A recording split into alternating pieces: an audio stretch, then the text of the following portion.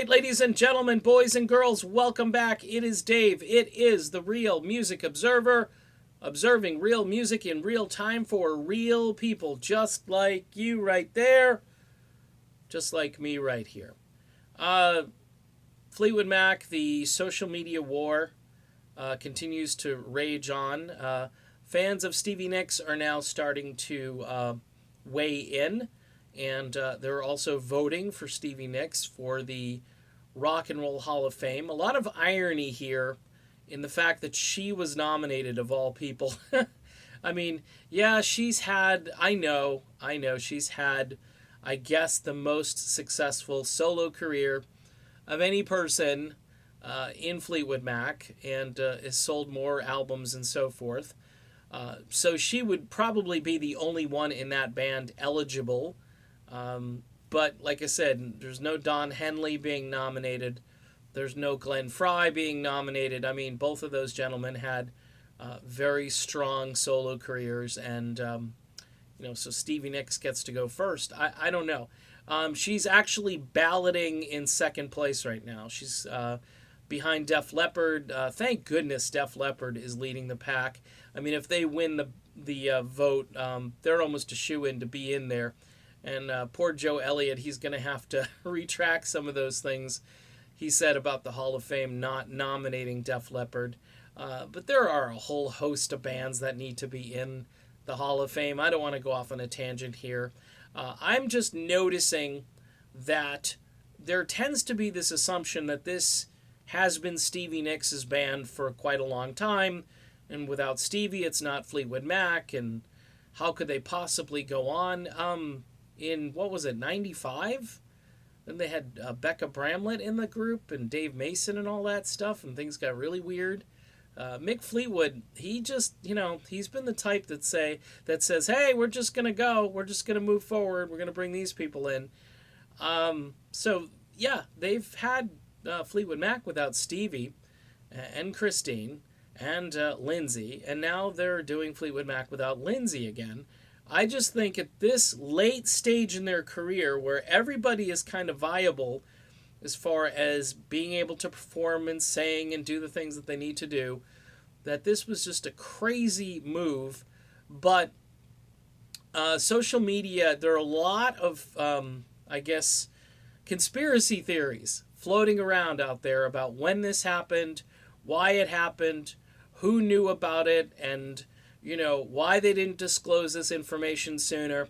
Well, the bottom line is they have a tour, and they wanted to book that tour, and they wanted to make these venues feel comfortable with this lineup. That's why you had the Ellen show and so forth.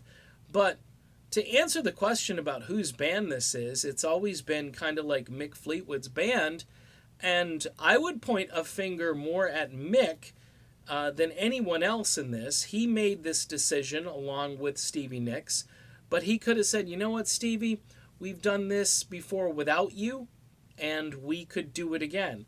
The girl who sings for Rumors ATL could be the singer for Fleetwood Mac today.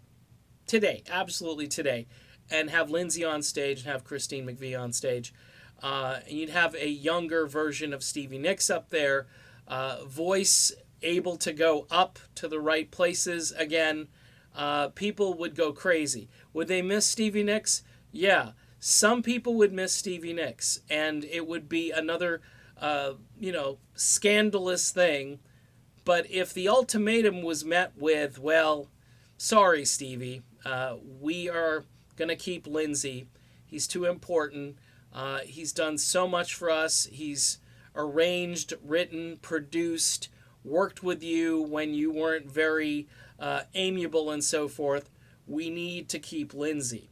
And imagine Stevie bolting and doing her own thing. She could go off and do her version of Stevie Nicks and the Heartbreakers, and then life would be good. You know what I'm saying? You would have had two bands. Irv Azoff could have promoted both the bands like he's doing with Lindsay and Fleetwood Mac right now, and everybody would be happy. Again, the girl in Rumors ATL could sing what Stevie Nicks sings, and she could actually be in the correct key when she sings it. Just saying, folks. It's gonna, someday it's all gonna be tribute bands, because the tribute bands, you need to have some youth and energy in order to sing rock and roll music. And as people get into their 70s, I think it just gets tougher. I mean, I think of my grandparents in their 70s, and they weren't very active people. Of course, this was a long time ago when they were still on planet Earth, but your perception is, hey, these guys, they're going to have to slow down eventually. And, they can't sing the way they used to sing. And that's why breaking this up right now, you need everybody on board to make this okay, to make this a situation where people are willing to excuse the fact that they don't sound like Rumors Fleetwood Mac anymore. And of course, and people will deal with that a lot better if you've got a band intact and not Neil Finn, who sounds nothing like Lindsey Buckingham, trying to sing these songs. That's what I'm saying. So who's winning the battle? I don't know. I'm pretty sure the Lindsey people are very, very loyal. The Stevie people are loyal to some degree as well. But man, they've still got to feel a little pang of guilt, knowing that the person that they love so much, Stevie Nicks, booted Lindsey Buckingham out of this band. It's just not good. It's sad, actually. All right, done with this video. Be back soon. See you then.